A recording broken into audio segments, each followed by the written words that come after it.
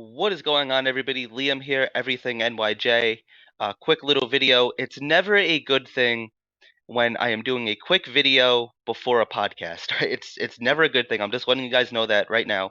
So we have a little bit of breaking news if you guys aren't aware. I just finished watching Robert Saleh's press conference. Robert Saleh just met the media, obviously very late, a couple hours late. Robert Saleh announced in his press conference today that he is not committing to quarterback Zach Wilson starting this Sunday against the Chicago Bears. That is huge news considering a few weeks ago Robert Saleh said that Zach Wilson is the starting quarterback no matter what, barring injury. That is a huge 180.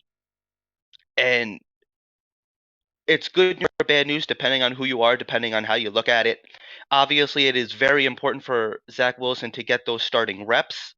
But at the level that Zach Wilson played yesterday, 70 passing yards is not enough.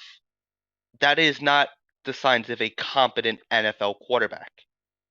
Moving the ball 2 inches on average on offense is not good enough. The numbers are what they are.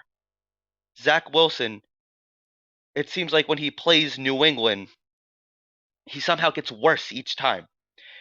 And it's not the worst thing in the world, right? It's really not.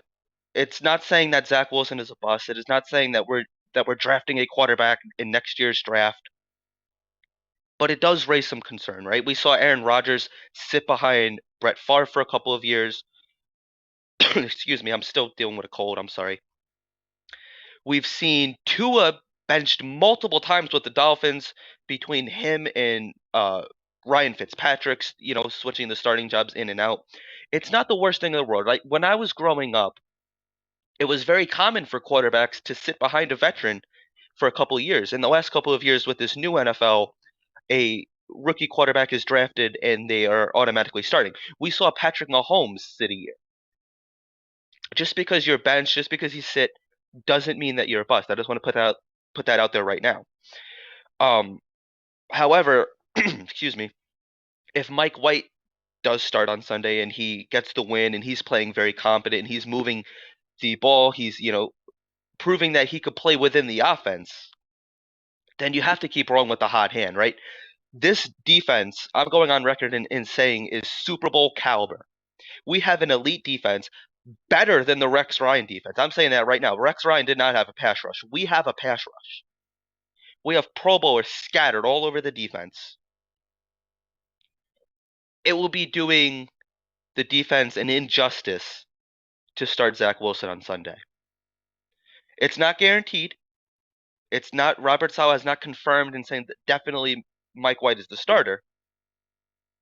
But why would he say that if he wasn't thinking about that? It's very fair. We're going to hear one of those great week of practices. And I think it's fair to start Mike White. Give him a shot. This offense needs a spark. Garrett Wilson was very vocal. I'm sure that the other players in the locker room are very vocal in showing their displeasure for Zach Wilson. That doesn't mean they don't like him. That doesn't mean he's not a good guy. But his comments yesterday saying that he did not let the defense down, that's unacceptable. You're the quarterback. You live and you die with the team.